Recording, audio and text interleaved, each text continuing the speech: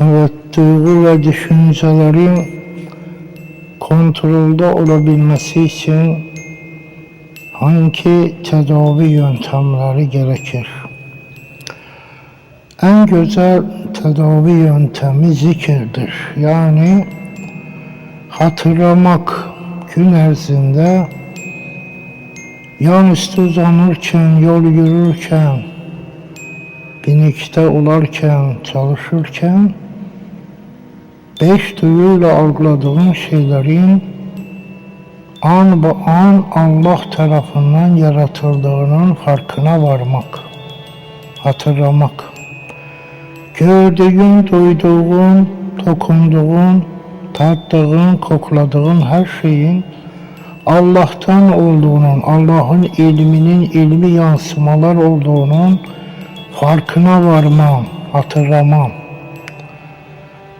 Gördüğün bedenleri, sesleri, hayvanlar olsun, ne olur olsun, teknolojinin sesi olsun, her şeyin Allah'ın ilmi olduğunu, Allah'ın sanatı olduğunu, her an Allah'ın yaratması olduğunu hatırlamak. Duygular bu yönle, bu riyazat, bu terbiye usulüyle kontrolde olabilir. Başka türlü olamaz. Bunu terbiye etmelisin. Her gün terbiye etmelisin ki içselleşsin.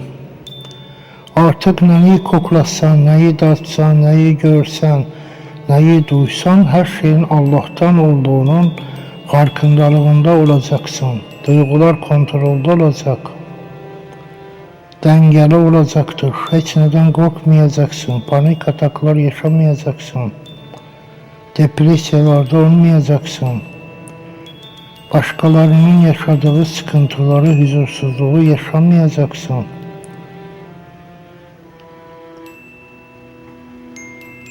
Bu hatırlama, bu zikir seni mümin yapacak. Tevhidde olacaksın, teslimiyette olacaksın, vahdet şuurunda olacaksın. Varlıkta gördüğün her şeyin Allah'tan olduğunun farkına varacaksın. Vahdeti göreceksin, birliği göreceksin, bütünü görebileceksin. Bir kum tanesinin bile boş yerde olmadığının farkına varacaksın. Uçan, kaçan, yürüyen ne varsa her şeyin an be an Allah'tan olduğunun farkına varacaksın. Rahatlık, huzur budur.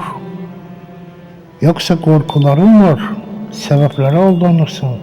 Bedenlerden bilirsin, sinekten bilirsin Osman'ı. Arıdan bilirsin balı toplamanı. Sanki arı kendi bedenini yarattı, bu ilmi kendisinde var imiş. Marketten aldı sanki o görmeni, uçmanı. Onun için duyguların, düşüncelerin kontrolde olabilmesi için bu zikri yapacaksınız. Türkçe yapın. Gördüğüm, kokladığım her şeyin Allah'tan olduğunun farkındayım. Kimse boş yerden konuşmaz, yürümez. Bedenler boş yerden tesadüfen hareket etmez. Hayvanlar boş yerden havlamaz, boş yerden beden kullanmaz. O bedeni de, o konuşmanı da, o sesleri de ona veren Allah'tır. Bunun farkında olacaksın. Yoksa ateistler kimi depresyadan kurtulabilmeyeceksin, korkulardan kurtulabilmeyeceksin. Sıkıntılardan, huzursuzluktan kurtulabilmeyeceksin. Kurtuluşun yegane yolu zikirdir.